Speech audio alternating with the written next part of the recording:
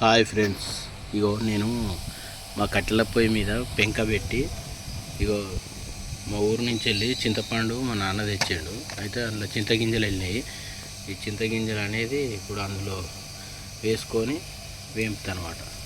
ఎందుకంటే చింతగింజలు చాలా మంచివి ఫ్రెండ్స్. పురాణ కాలంలో చాలా వాటిని అవే తినేవాళ్ళు. ఈ గుట్కలు, ఈ జోడాబాయిలని, ఇది అని అదని అని తింటారు కదా, అవన్నీ తినకూడదు ఫ్రెండ్స్.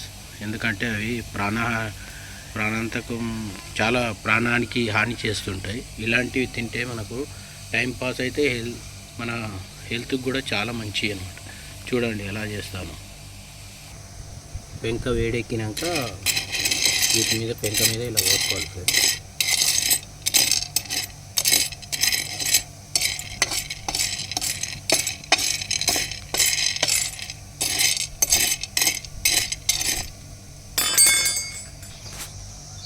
ఇవి మాడకుండా అప్పుడప్పుడు ఇలా కలుపుకుంటూ ఉండాలన్నమాట. ఎందుకంటే ఒక్క దిక్కు మాడకూడదు, రెండు దిక్కులో మనకు కాలితే మంచిగా ఉంటుంది అన్నమాట. మన ఒంట్లో బొక్కలకు కూడా చాలా మంచి పని చేస్తుంది ఫ్రెండ్స్.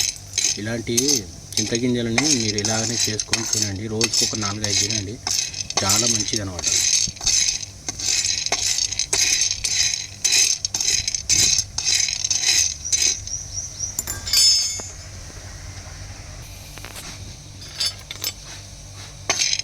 మనకు పాతకాలంలో పెద్దవాళ్ళు ఇలానే చేసుకొని తినేవాళ్ళు ఫ్రెండ్స్. మనం కూడా ఇప్పుడు టైం దొరకక ఇలా చేస్తలేము. టైం దొరికినప్పుడు ఇలా చేసుకొని తినండి.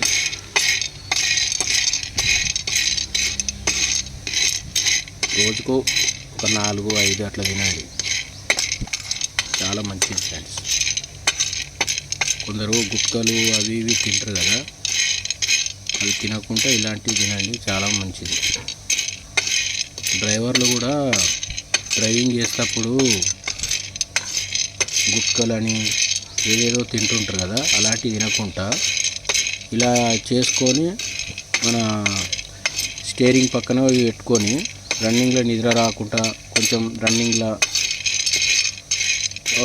నోట్లో ఒకటి వేసుకున్నామంటే మనం టైంపాస్ అవుతుంటుంది. మంచిగా హెల్త్కి కూడా చాలా మంచిది ఫ్రెండ్స్.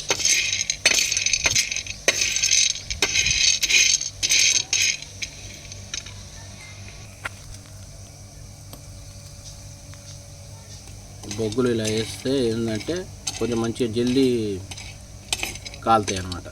బొగ్గుల మీద మంచిగా